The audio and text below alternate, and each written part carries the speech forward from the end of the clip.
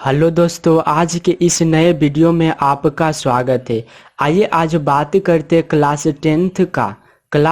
Tenth का chapter 12 जिसका नाम है इलेक्ट्रिसिटी। इसमें कुछ ऑब्जेक्टिव क्वेश्चन देखते हैं जो बोर्ड परीक्षा 2021 में आने वाले एग्जाम 2021 में। चलिए इसको स्टार्ट करते हैं। फर्स्ट क्वेश्चन देखते हैं तो कहता कि विद्युत धारा अर्थात करंट को मापने वाले यंत्र को क्या कहते हैं। जी हाँ दोस्तों, धारा को मापने वाले यंत्र को क्या कहते हैं। ऑप्शन की ओर देखते तो कहता एमीटर, वोल्टमीटर, वोल्टामीटर, मोनोमीटर। कह रहा है यहाँ कि हम करंट को किस चीज़ से, किस यंत्र से, डिवाइस से मेजरमेंट करते, मापते हैं। तो इसका जो करेक्ट आंसर हो जाएगा वह एमीटर। इसका जो करेक्ट आंसर होगा ऑप्शन नंबर ए, एमीटर। अगले क्वेश्चन की ओर बढ़ते हैं। कहता है विद्युत वाहक बल किस यंत्र से मापा जाता है।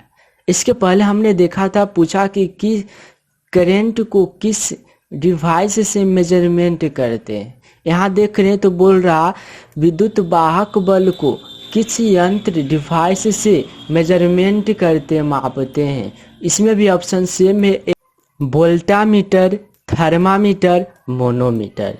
इसका जो करेक्ट आंसर हो जाएगा वह वोल्टमीटर। आंसर जो होगा वह option number B, volt meter. चलिए अगले क्वेश्चन की ओर बढ़ते हैं। कह रहा कि एक इलेक्ट्रॉन पर कितना आवेश होता है। जी हाँ दोस्तों, एक इलेक्ट्रॉन पर कितना आवेश होता है। तो इसका जो करेक्ट आंसर हो जाएगा option number D, option number D 1.6 गुने 10⁻⁻19 कूलम। हमें याद रखना है कि एक इलेक्ट्रॉन पर जो आवेश होता वह 1.6 गुने 10⁻⁻90 कूलम। चलिए नेक्स्ट क्वेश्चन की ओर बढ़ते हैं। क्वेश्चन नंबर 4 कर रहा कि विद्युत धारा की प्रबलता का एसआई मात्रक है। जी हाँ दोस्तों, विद्युत धारा की प्रबलता का एसआई मात्रक है। इसका जो ऑप्शन देख सकते हैं, option number A ampere, option number B volt, option number C joule, option number D ohm. इसका जो करेक्ट आंसर होगा option number A ampere, option number A ampere. चलिए अगले क्वेश्चन देखते हैं। क्वेश्चन नंबर 5 कर रहा निम्नलिखित पदार्थों में कौन चालक है। जी हाँ दोस्तों, इसमें बताना कौन सा कंडक्टर है, चालक है, जिससे विद्युत धारा आसानी से प्रवाहित हो सकता है, उसे हम चालक कहते हैं। यहाँ बताना है कि इन चारों में से कौन सा चालक है। ऑप्शन देखते हैं। फर्स्ट कहता ए नंबर चीनी मिट्टी। क्या चीनी मिट्टी चालक है? इससे धारा प्रवाहित होता है? नहीं। क्या अभ्रक से होता है? नहीं। कांच से होता है? नहीं। लेकिन एल्युमिनियम से क्या होता है? विद्युत धारा प्रवाहित होता है। इसलिए हमारा जो करेक्ट आंसर हो जाएगा ऑप्शन नंबर डी, एल्युमिनियम। चलिए अगले क्वेश्चन की ओर बढ़ते हैं। क्वेश्चन नंबर 6 देख सकते हैं। बोल रहा एक एम्पियर बराबर होता है। एक एम्पियर बराबर होता है। ऑप्शन देखते हैं तो बोलता 1 जूल प्रति सेकेंड, 1 जूल प्रति सेकेंड, 1 वोल्ट प्रति सेकेंड, 1 वाट प्रति सेकेंड। चलिए इसको समझते हैं कि कैसे बराबर होता है। हमने एक फॉर्मूला पढ़े थे, Q बराबर आई टी। यहाँ से Q क्या है तो Q आवेश है, I क्या है धारा है, T क्या है समय है। यहाँ से हम निकाल लेंगे I बराबर फॉर्मूला तो क्या हो जाएगा Q बटे T। ये तो समझ में आया। अब देखिए क्या करते हैं। यहाँ क्या है धारा कैसा है मात्रक जानते हैं, क्या होता है एम्पियर होता है।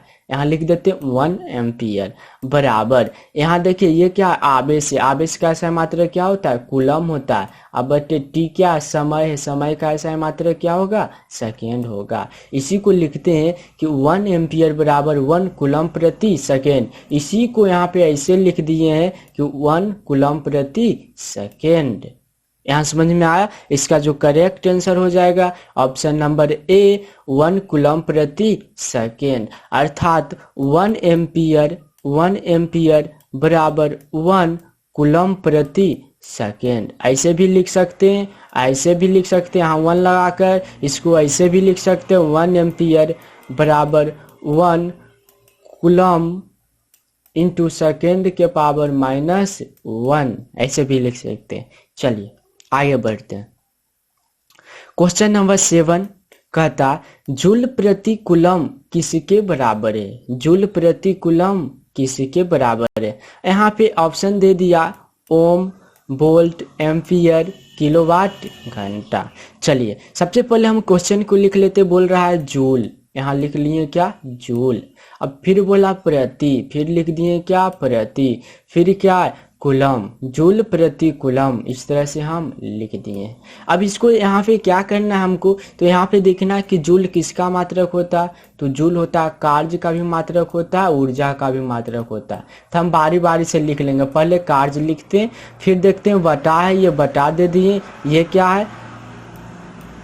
आवेश का ऐसा मात्रक कूलम होता, नीचे लिख दिए क्या? आवेश लिख दिए। आवेश का ऐसा मात्रक क्या होता? कूलम होता, हम यहाँ लिख दिए।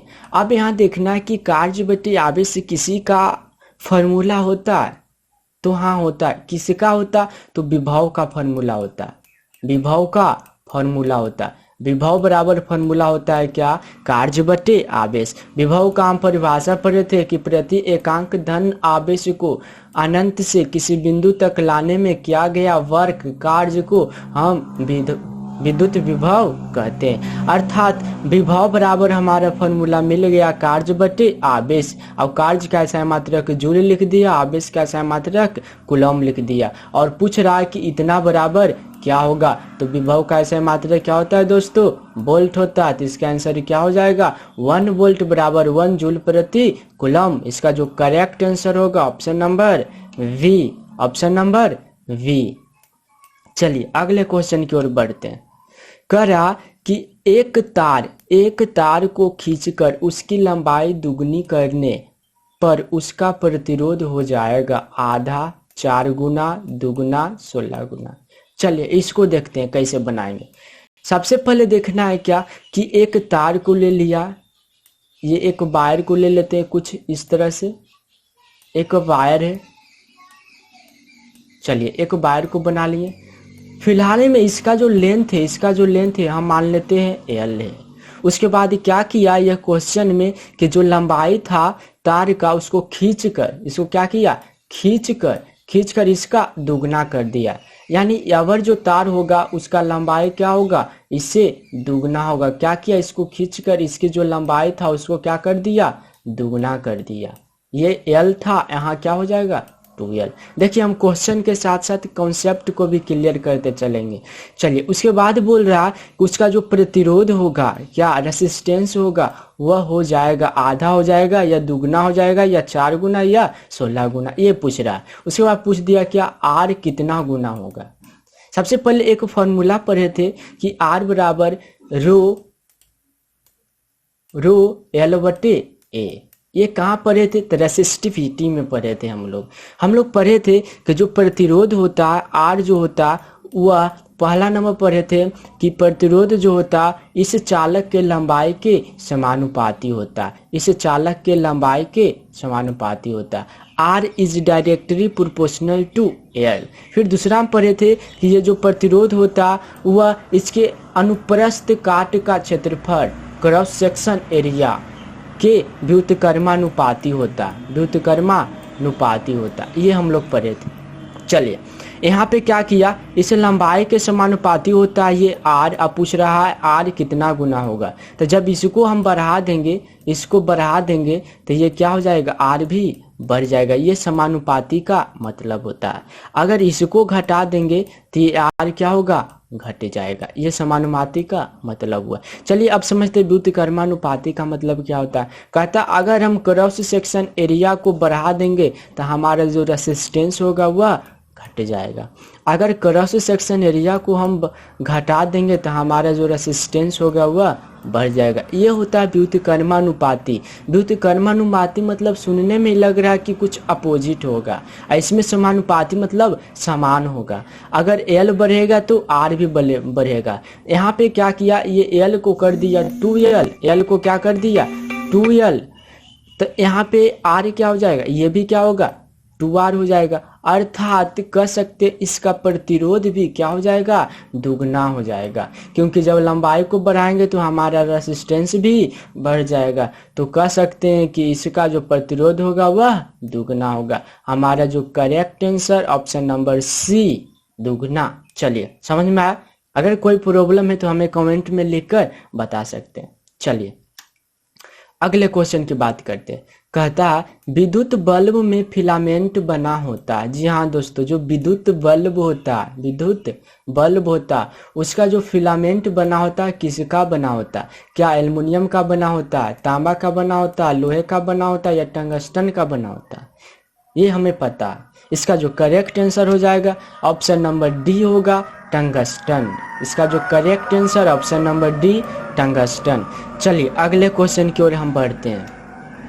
अगले क्वेश्चन कर रहा कि घरों में जो विद्युत से दुर्घटना होती है वो किसके कारण होता है? जी हाँ दोस्तों, यहाँ समझना कि जो घर में विद्युत से दुर्घटना हो जाता वो किसके कारण होता है? फ्यूज तार के कारण होता, शॉर्ट सर्किट के कारण होता, उच्च धारा प्रवाह के कारण होता, बिजली की अधिक खपत के कारण होता है। इसका जो करेक्ट आंसर हो जाएगा वह हमारा शॉर्ट सर्किट के कारण विद्युत से दुर्घटना होता है। विद्युत से दुर्घटना होता है कहाँ? तो घरों में। घरों में जो विद्युत से दुर्घटना होता है वह शॉर्ट सर्किट से होता है। हमारा यहाँ जो करेक्ट आंसर हो जाएगा ऑप्शन नंबर बी। चलिए अगले क्वेश्चन की ओर बढ़ते हैं। नेक्स्ट क्वेश्चन करा कि घरों में विद्युत परिपथ समूहित रहता है। यहाँ पे बताना है कि घर में जो विद्युत परिपथ रहता अर्थात जो वायर हम अरेंजमेंट करते वो किस प्रकार से अरेंजमेंट रहता है? श्रेणी सीरीज में रहता है या पैरेलल में रहता या दोनों में रहता या इनमें से कोई नहीं?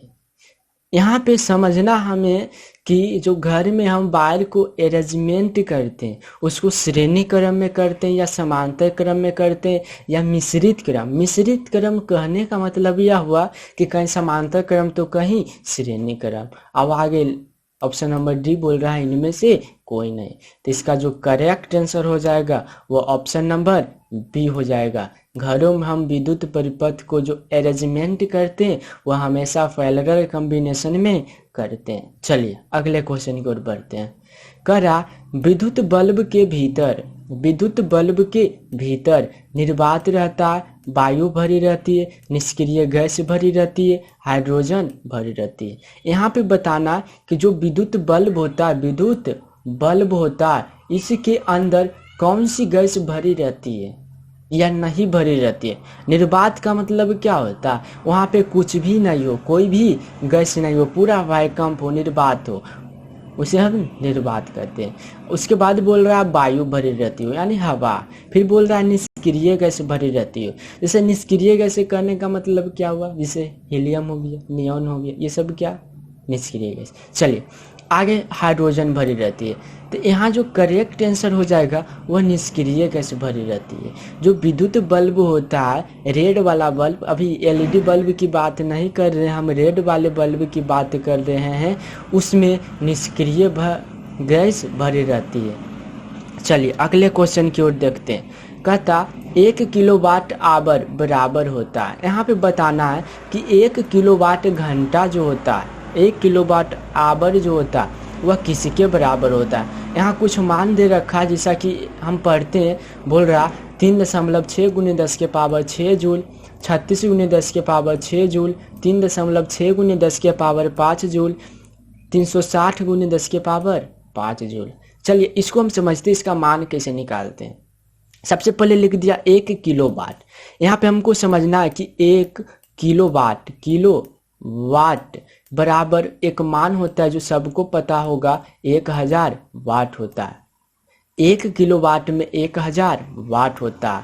और एक घंटा में मिनट की बात किया जाए तो 60 मिनट, लेकिन यहाँ पे हम जानना है क्या, सेकेंड, तो 3600 सेकेंड होता है। एक घंटा में क्या होता है, 3600 सेकेंड होता है। चलिए अब क्या करेंगे, तो दोनों को मल्टीप्लाई कर देंगे, तो 1 किलो वाट, तो यहाँ पे लिख देंगे 1000 वाट, 1000 वाट, और गुने यहाँ पे क्या है, एक घंटा, तो 3600 सेकेंड, 3600 सेकेंड। चलिए क्या होगा, तो ये 36 है, तो यहाँ पे लिख देते हैं 36, अब मल्टीप्लाई, यहाँ इधर 2 शून्य और इधर 3 शून्य, कितना, 5 शून्य 10 के पावर 5। क्या ऑप्शन मिला, तो पहले देख लेते हैं।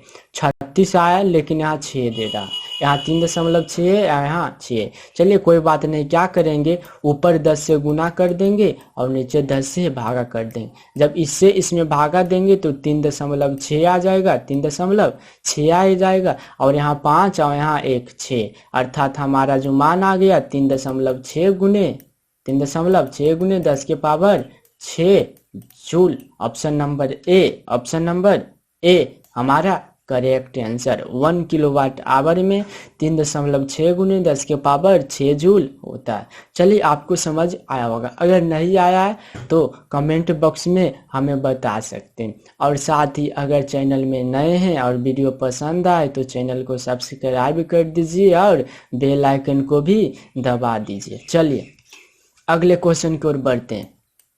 कहता अगला क्वेश्चन कि मानव शरीर का जो प्रतिरोध होता है वह कितना होता है। मानव शरीर का जो प्रतिरोध होता है वह कितना होता है। क्या 10,000 ओम, 300 ओम, 30,000 ओम, 30,000 ओम। चलिए इसका जो करेक्ट आंसर हो जाएगा ना, वो ऑप्शन नंबर डी हो जाएगा। 30,000 ओम, 30,000 ओम।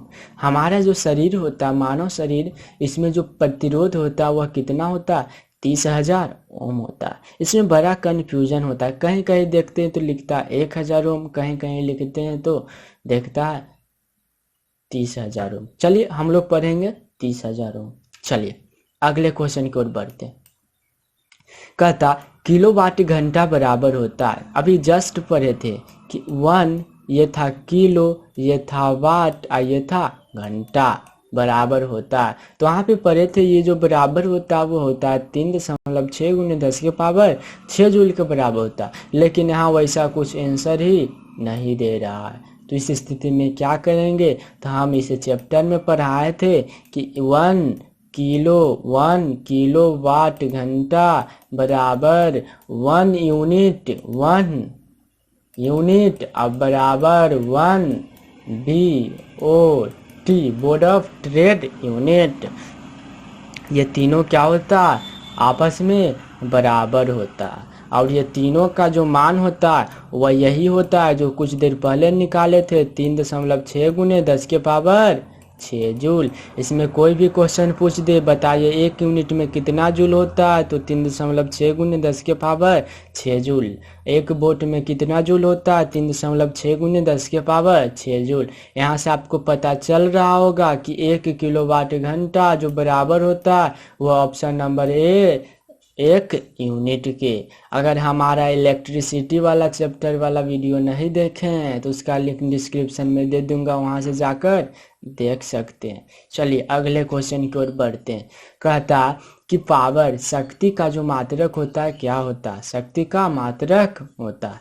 चलिए क्या जूल होता है, किलोवाट घंटा होता है, किलोवाट होता है, वाट होता है। चलिए यहाँ समझते हैं। इसका जो मात्रक हो जाता है वह क्या होता है, वाट होता है। Option number D. कैसे निकालते इसको ये भी देख लेते हैं। हम जानते हैं कि P बराबर फॉर्मूला होता, हमने P बराबर 4 फॉर्मूला बताए थे। पहला बताए थे W/T, उसके बाद बताए थे VI, क्या बताए थे, ध्यान रखना दोस्तों, VI। दूसरा बताए थे V²/R, उसके बाद बताए थे I²/R। ये 4 फार्मूला बताए थे। ये चारों फार्मूला जो है पावर के लिए बहुत इम्पोर्टेंट है। चलिए यहाँ पे बात करते हैं हम W/T से। बोलता है कि P बराबर W/T होता है, तो P का ऐसा मात्रक हम जानते हैं वाट होता है, और W का ऐसा मात्रक जूल होता है, और समय का ऐसा मात्रक सेकेंड होता है। और 1 वाट बराबर हो जाता है 1 जूल प्रति सेकेंड के, 1 जूल प्रति सेकेंड के। और शक्ति का सही मात्रक क्या हो गया, वाट हो गया। अगर यहाँ पे क्वेश्चन बना सकता है कि बताइए 1 वाट बराबर क्या होता है, 1 जूल प्रति सेकेंड होता है। चलिए यहाँ तक आपको समझ में आ गया होगा, हमें आशा है। चलिए अगले क्वेश्चन की ओर बढ़ते हैं। कह रहा है कि प्रतिरोध का मात्रक होता है, क्या होता है। हम जानते हैं दोस्तों कि प्रतिरोध का जो मात्रक होता है वह क्या ओम होता है, वोल्ट होता है, वाट होता है, एम्पियर होता है। नहीं, इसका जो एसआई मात्रक होता है वह ओम होता है। क्योंकि लिखते हैं एक सर्किट है, एक सर्किट है, इसमें यहाँ पे एक रेसिस्टेंस है, यहाँ पे एक रेसिस्टेंस है, आइए 2 ओम का है, आइए 3 ओम का। ये क्या रेसिस्टेंस है, यहाँ जो हम ओम लिखते हैं ये ओम क्या है, तो रेसिस्टेंस का ऐसा ही मात्रक है दोस्तों। चलिए हमें यहाँ से पता चल गया कि हमारा जो रेसिस्टेंस है, प्रतिरोध है, उसका ऐसा ही मात्रक ओम होता है। अगले क्वेश्चन की ओर बढ़ते हैं। कह रहा विभवांतर मापने के लिए निम्नलिखित में किस युक्ति का उपयोग करते हैं। हमें क्या मापना है, विभवांतर मापना। तो किसका उपयोग करेंगे, क्या मीटर का प्रयोग करेंगे, या वोल्ट मीटर का, या वोल्टा मीटर का, या ओम मीटर का। हमें पता है दोस्तों कि हमें विभवांतर मापना है तो किसका उपयोग करेंगे, वोल्ट मीटर का। विभवांतर जो मापा जाता है वह वोल्ट मीटर से मापा जाता है। चलिए अगले क्वेश्चन की ओर बढ़ते हैं। कहता कि निम्नलिखित में से किसमें धन या ऋण का चिन्ह अंकित नहीं होता। क्वेश्चन को ध्यान से पढ़ना दोस्तों, यहाँ बोल दिया क्या, नहीं। अगर क्वेश्चन को ध्यान से नहीं पढ़िएगा तो ये नंबर क्या है, बैटरी, फटाक सा एक ऑप्शन पढ़िएगा, फटाक सा मार दीजिएगा आंसर, तो हो जाएगा क्या, गलत। इसलिए सबसे पहले क्या करना है, क्वेश्चन को अच्छी तरीका से पढ़ना। यहाँ बोल दिया कि किसमें प्लस और माइनस का चिन्ह अंकित नहीं रहता। तो बैटरी में जानते हैं इस प्रकार से हम लेते थे बैटरी, इस प्रकार से लेते थे हम बैटरी। इधर बोल देते थे माइनस, इधर बोल देते थे प्लस, और इधर से सर्किट में लगा देते थे। इसमें प्लस माइनस होता। एमीटर की बात करते थे, इसमें भी बताए थे, इसे ए होता, इसको इस प्रकार से घेर देते हैं, इधर प्लस लिख देते हैं, इधर माइनस लिख देते हैं, और इस तरह से सर्किट में लगा देते हैं। वोल्ट मीटर में जस्ट इसी प्रकार से जहाँ ए था वहाँ पे क्या बता दिए थे, भी रहता है, और इधर प्लस रहता है, इधर माइनस रहता है, और सर्किट में लगा देते हैं क्या। लेकिन प्रतिरोधक में क्या ऐसा कभी बताया, नहीं, प्रतिरोधक है ही नहीं कुछ। इसका जो करेक्ट आंसर हो जाएगा वो ऑप्शन नंबर डी हो जाएगा, ऑप्शन नंबर डी, प्रतिरोधक। यहाँ पे जो क्वेश्चन का जो आंसर है प्रतिरोधक, इसको याद करना है, प्रतिरोधक नहीं बल्कि यह याद रखना है कि धन और ऋण आवेश किस में होता है, बैटरी में होता है, मीटर में होता है, वोल्ट मीटर में होता है, ये याद रखना। ऐसा नहीं कि किसमें नहीं होता प्रतिरोधक। अगर ऐसा क्वेश्चन याद किए आप प्रतिरोधक, तो अगले क्वेश्चन में ऑप्शन क्या हो जाएगा, चेंज हो जाएगा। 3 ऑप्शन सेम ही रहेगा, एक ऑप्शन चेंज हो जाएगा तो आप गड़बड़ा जाइएगा। जिसमें नहीं कहता है उस क्वेश्चन में ध्यान दीजिए कि जो सही वाला आंसर है उसको हम याद रखेंगे। जैसा कि इसमें हम याद रखेंगे किसको, तो प्लस और माइनस चिन्ह होता है किसमें, बैटरी में होता है, मीटर में होता है, और वोल्ट मीटर में होता है। अगर ये तीनों को छोड़कर अगर अदर आ जाए तो होगा हमारा, उसमें नहीं होता। चलिए हमें आशा आप समझ गए होंगे। चलिए अगले क्वेश्चन की ओर देखते हैं। कहता है निम्नलिखित में कौन सा व्यंजक विद्युत परिपथ में विद्युत शक्ति को निरूपित करता है। अभी जस्ट हमने विद्युत शक्ति का फॉर्मूला बताए थे, 4 फॉर्मूला बताए थे। एक बताए थे आपको W/T, दूसरा बताए थे VI, और तीसरा बताए थे I² R, और चौथा बता के गए थे V²/R। चलिए वेरी सिंपल, यहाँ पे कौन सा ऑप्शन मिल रहा है, ये मिल रहा है ना, तो इसका जो करेक्ट आंसर हो जाएगा ऑप्शन नंबर ए। इसका जो करेक्ट आंसर हो जाएगा ऑप्शन नंबर ए, अर्थात P बराबर जो फॉर्मूला होता है VI होता है, फिर कौन सा मिल रहा है V²/R भी मिल रहा है, V²/R भी मिल रहा है, फिर कौन सा मिल रहा है I² R भी मिल रहा है, I² R भी मिल रहा है। अर्थात इसमें हमें तीनों मिल रहा है। पावर का जो फॉर्मूला है वह तीनों इसमें मौजूद है, लेकिन ये जो इधर से आ गया खतरनाक फॉर्मूला IR², ऐसा फॉर्मूला अभी तक तो पढ़े ही नहीं। तो इसमें क्या हो जाएगा कि ये विद्युत शक्ति को निरूपित नहीं करता, विद्युत शक्ति को निरूपित नहीं करता। हमें क्वेश्चन में भी यही बताया गया है कि निम्नलिखित में से बताया कौन विद्युत शक्ति को निरूपित नहीं करता। यहाँ पे देख सकते हैं क्या बोल के गया, नहीं करता। तो ऑप्शन नंबर डी जो होगा वह करेक्ट आंसर होगा। इसीलिए हम आपको कहे थे कि पावर का जो फॉर्मूला होता है वो हमें चारों याद रहना चाहिए। चलिए इसका जो करेक्ट आंसर हो गया ऑप्शन नंबर डी IR²। फिर से यहाँ रिपीट हम करेंगे कि यहाँ आपको याद करना है किसको, तो हमें option number A, option number B, option number C को याद करना है, जो कि विद्युत शक्ति P बराबर तीनों क्या है, सही सही करेक्ट फॉर्मूला है तीनों, और जो डी नंबर है वह अनकरेक्ट, गलत फॉर्मूला लिख दिया। चलिए अगले क्वेश्चन की ओर बढ़ते हैं। कह रहा कि विद्युत परिपथ की शक्ति होती है, फिर से वही क्वेश्चन घुरा दिया, विद्युत परिपथ की शक्ति होती है। इसमें से क्या कर दिया कि इसमें से एक ही ऑप्शन सही है, बाकी तीन ऑप्शन गलत है। तो देखते हैं, पहला होता है VI, क्या VI मिला, नहीं मिला। दूसरा होता है I²R, क्या मिला, नहीं मिला। तीसरा होता है V²/R, क्या मिला, हाँ मिल गया, ऑप्शन नंबर डी। इसका जो करेक्ट आंसर हो जाएगा ऑप्शन नंबर डी हो जाएगा। चलिए आप यहाँ तक समझ गए होंगे। अगले क्वेश्चन की ओर बढ़ते हैं।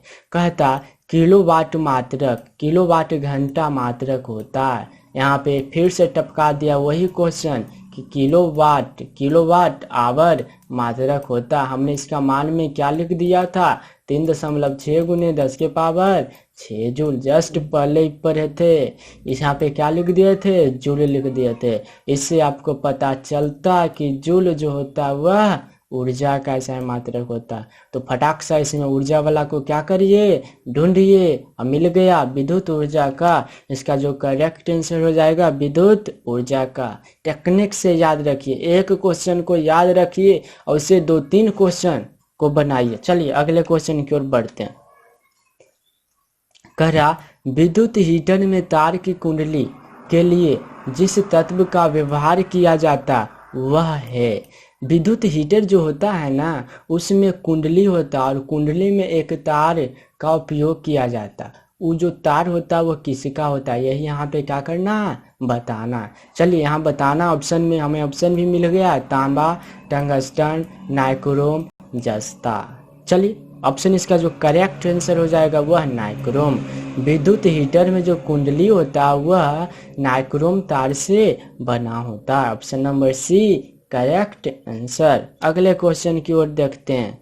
कह रहा है 1 कूलम आवेश कितने इलेक्ट्रॉनों से बनता है।